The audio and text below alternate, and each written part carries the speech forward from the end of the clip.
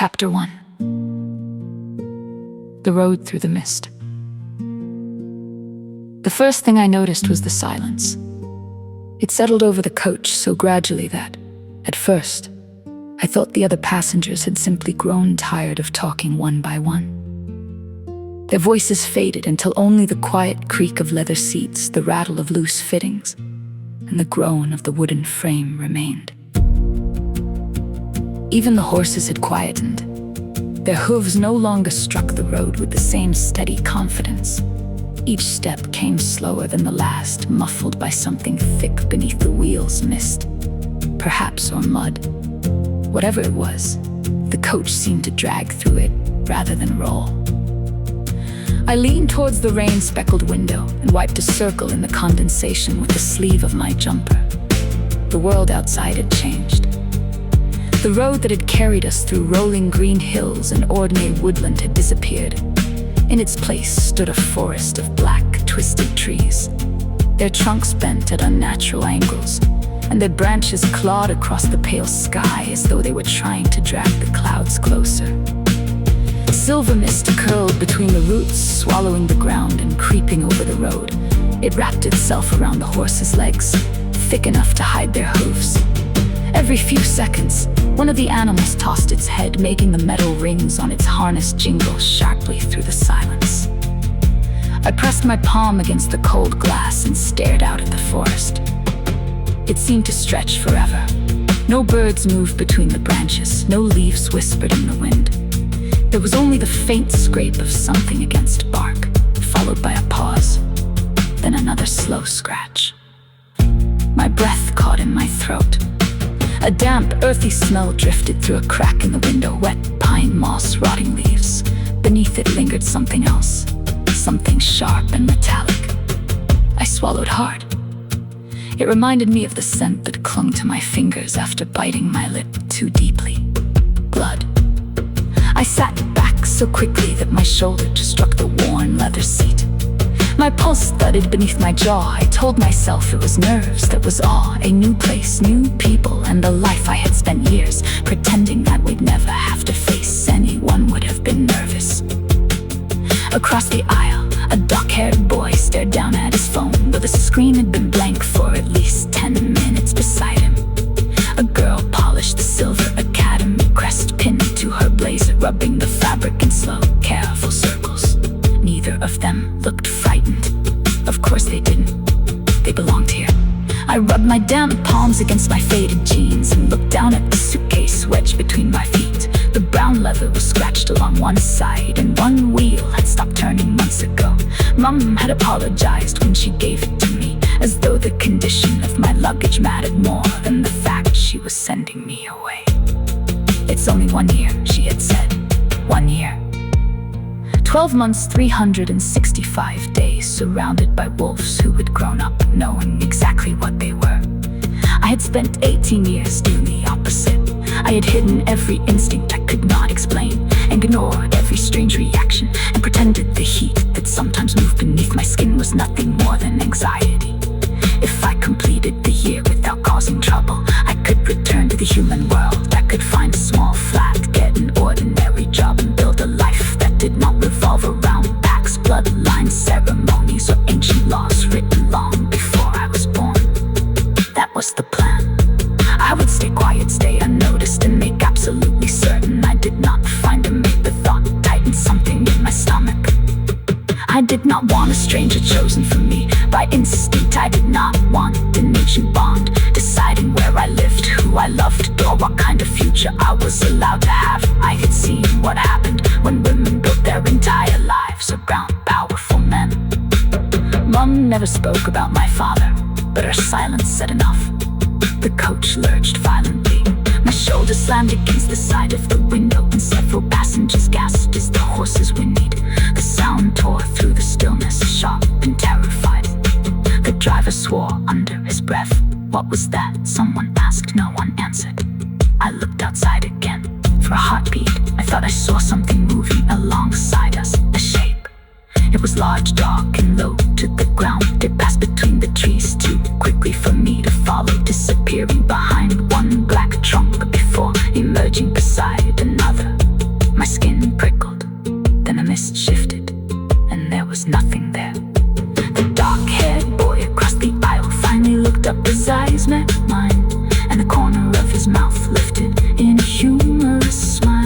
first time?" he asked. I nodded. "You can always tell," he said. Before I could ask what it meant, the coach rolled beneath an enormous stone arch. The temperature dropped instantly. My breath fogged the glass. Ahead of us, iron gates rose from the mist. They were twice the height of the coach and blackened with age. Wolves had been worked into the metal, their long bodies twisting around thorned vines, their mouths open in silent howls. At the center of the gates hung a silver crescent moon. The moment the coach approached, the gates began to open. No guards touched them. No chains moved. The heavy metal simply groaned apart, dragging over stone with a sound that made my teeth ache. Beyond them stood Twisted Moon Academy. My fingers tightened around the edge of the seat. The academy did not look like a school, it looked like a fortress. Black towers pierced the clouds, their narrow windows shining faintly through the gray afternoon. Stone bridges stretched between buildings high above the courtyard. Ivy clung to the walls, dark red leaves crawling around gargoyles, weather-worn statues, and the mouths of carved wolves. At the center of the largest tower, an enormous silver moon had been carved into the stone. Rain slid over its surface in narrow streams, gleaming like tears. The coach passed beneath a second arch and entered the courtyard. Noise returned all at once. Voices rose from every direction. People laughed, shouted greetings, and dragged heavy trunks over wet stone. Carriage doors slammed, wheels ground over cobbles. Somewhere nearby, a bell rang, once before falling silent. The sudden sound should have been comforting. Instead, it made me feel smaller. Hundreds of students filled the courtyard. Some stood with their families beneath wide black umbrellas. Others greeted old friends with embraces and loud shouts. Porters carried polished trunks towards the dormitories, while older students in fitted black uniforms moved through the crowd with the ease of people who knew they were being watched. I looked down at myself. My cream jumper was too large, my jeans were faded, and my trainers were scuffed white around the toes. A blonde curl fell into my eyes. I pushed it back, but 3 more escaped the loose knot at the nape of my neck. Perfect. The coach stopped, and everyone stood at once. I waited until the aisle had cleared before dragging my suitcase behind me. The broken wheel caught against the edge of the steps, forcing me to pull harder. Cold air struck my face the moment I stepped outside. Rain misted against my cheeks. The scent of wet stone mingled with smoke from the academy chimneys and the deep, almost sweet smell of pine from the surrounding forest. A raven cried overhead. Another answered from somewhere near the tallest tower, its call echoing against the stone. I lowered my suitcase to the ground. The broken wheel caught between the cobbles. I pulled harder, but the handle jerked out of my fingers and the suitcase toppled onto its side. A few people glanced over. Heat crawled up my neck. "Great," I muttered. I crouched and reached for the handle, but another hand caught it first. "Let me." I looked up. A girl stood beside me, holding a worn green suitcase in one hand and mine in the other. Golden blonde hair fell past her shoulders in soft waves, dampened by the rain. Her skin was warm and tanned, making her green eyes appear brighter beneath the gray sky. She smiled, but it was a cautious smile, the kind people gave when they were unsure whether it was safe to be friendly. "Thank you," I said. She set my suitcase upright. "The courtyard hates cheap luggage." I blinked. She lifted her own case slightly. One corner was held together with gray tape. "I speak from experience," she added. A laugh escaped me before I could stop it. For the first time since the forest had changed, some of the tension in my chest loosened. "I'm Lilly, Scarlet," She tucked a wet strand of hair behind her ear and glanced towards the main doors. Registration is through there, I think. You think? I came early so no one would notice me getting lost. That didn't work. Her mouth twitched, not even slightly. We crossed the courtyard together, both of us pulling damaged suitcases that bumped and scraped over the uneven stones. Students moved around us in clusters, and pieces of conversation drifted through the rain. Did you hear the Crimson Prince challenged one of the combat instructors last term? My brother said hail steel broke someone's jaw. Riley Lewis is even better looking in person. Dawson Snow hasn't spoken to anyone since he arrived. Scarlett's pace slowed. A change moved through the crowd ahead of us. Conversation softened, students stepped aside, leaving a clear path through the center of the courtyard. 4 young men crossed the open space. They wore the same black academy uniform as everyone else, but no one could have mistaken them for ordinary students. The first had silver blonde hair and the easy grin of someone who had never once doubted his welcome. He said something to the man beside him and spread his arms dramatically, nearly striking a passing student with one hand. The student apologized to him. The silver-haired man laughed and patted him on the shoulder as though he had been the one inconvenienced. "That's Riley Lewis," Scarlett whispered, "the Silver Prince." I glanced at her. "You know them?" "Everyone knows them." A broad-shouldered man with dark auburn hair shoved Riley from behind. Riley stumbled, regained his balance, then turned with a grin and lunged at him. The auburn-haired man laughed, loud and unrestrained. "Ricky Vine," Scarlett continued. "The Crimson Prince, he fights anyone who looks at him for too long." "I'll remember not to look." He'd probably take that as a challenge too. The third prince walked several paces behind them. His hair was so pale it appeared white beneath the gray sky. Silver eyes moved over the academy walls, the towers, and finally towards the forest. He did not look at the students gathering around, and his attention remained fixed on the trees. "Dawson Snow," Scarlett said, "the White Prince." He stopped suddenly. For one uneasy moment, his gaze settled on a point deep within the forest. His expression did not change, but a chill moved over my skin. He had seen something. I was certain of it. Then the fourth prince stepped into view, and the noise around me seemed to fade. He was taller than the others, with broad shoulders beneath a perfectly fitted black jacket. Rain had darkened the ends of his black hair, leaving several strands against his forehead. His skin was sun-kissed despite the cold mountain air, but it was his eyes that held me. Golden brown, almost gold. They moved across the courtyard without haste. Calm and unreadable students shifted out of his path before he reached them. No one laughed too loudly near him. No one touched him. Power did not need to announce itself. It followed him. My heart gave one hard, painful beat. His head turned. Those strange golden eyes met mine. Heat swept through my body. It was not embarrassment, and it was not fear. It was something deeper. It began beneath my ribs and spread outwards, warm and sharp, as though something sleeping inside me had suddenly lifted its head. The air caught in my throat. For a moment, neither of us looked away. His expression tightened, his nostrils flared slightly, as though he had caught an unexpected scent.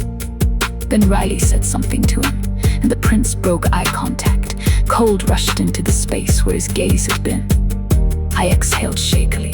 Scarlett stared at me. "What?" "I don't know." "You were looking at Hail Steel."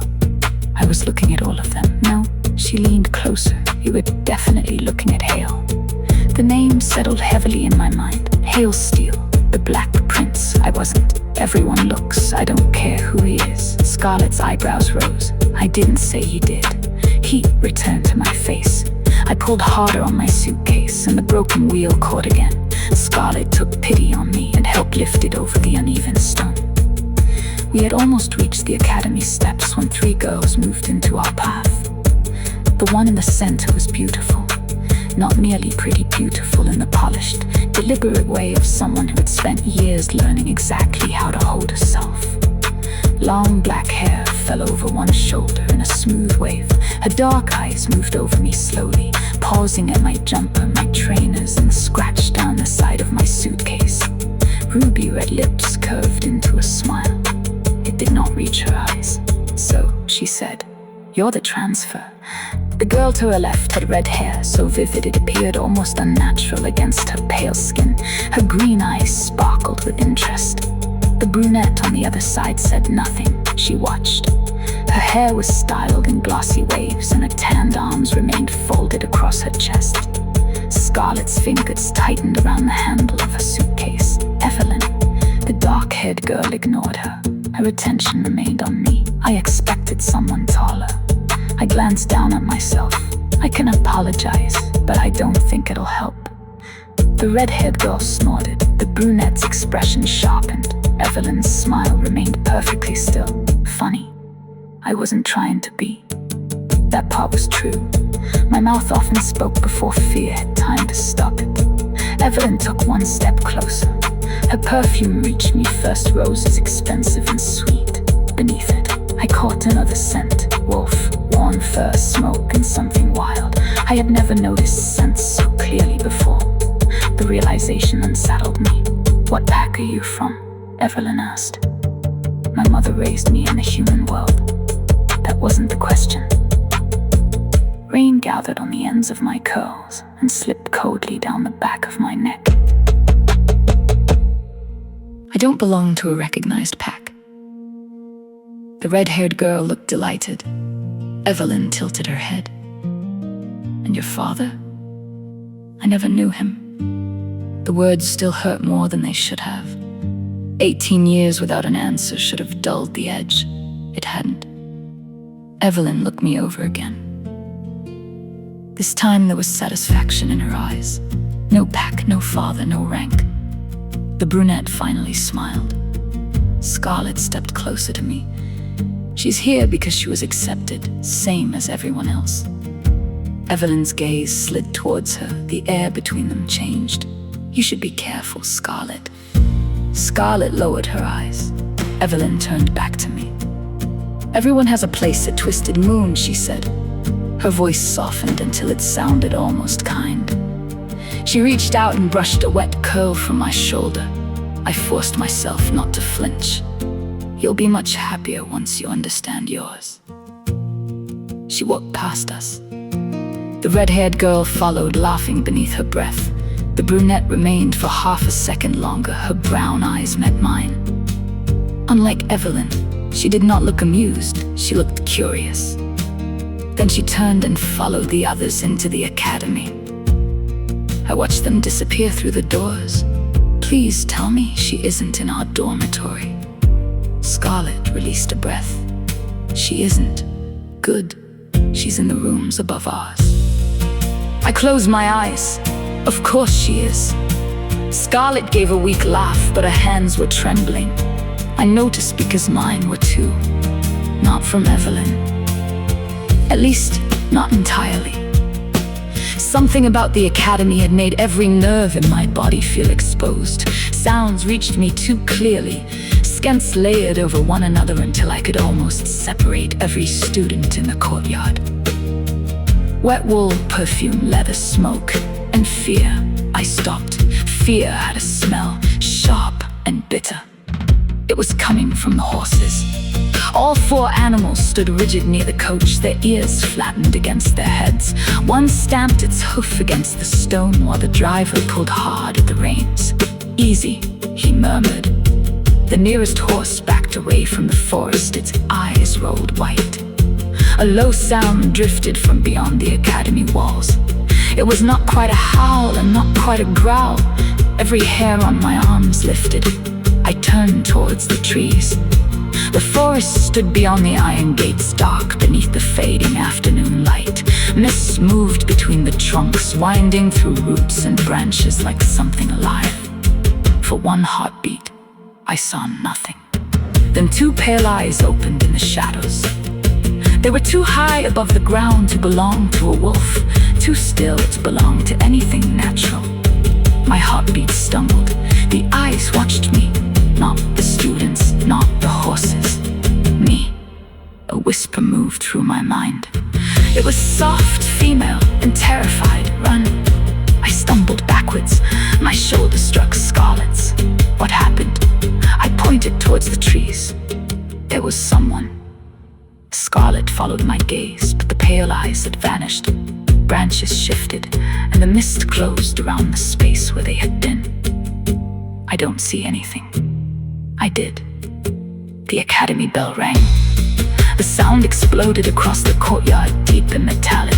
Ravens burst from the tallest tower, their black wings beating against the sky as students began moving towards the entrance.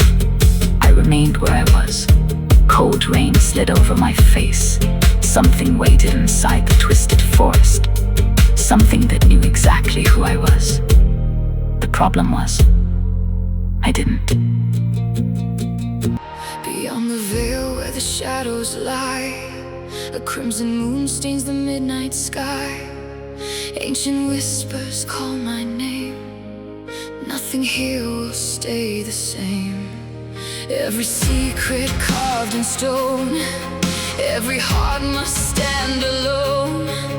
Deep inside the twisted pines, fate was written long before mine. The wolves are calling, the darkness knows. A fire awakens where the white moon glows. Under the twisted moon, where destiny is carved in silver light. Through the darkest night, I'll stand and fight. Dragons sweep the forest, breathe magic hides beneath the leaves. Love and war become the same. Nothing here will stay unchanged. When the stars refuse to fade, I'll rise unafraid. Under the twisted moon, I'll find who I was born to be.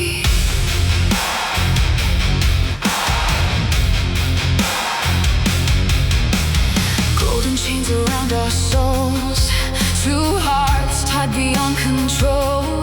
Enemy blood, forbidden flame.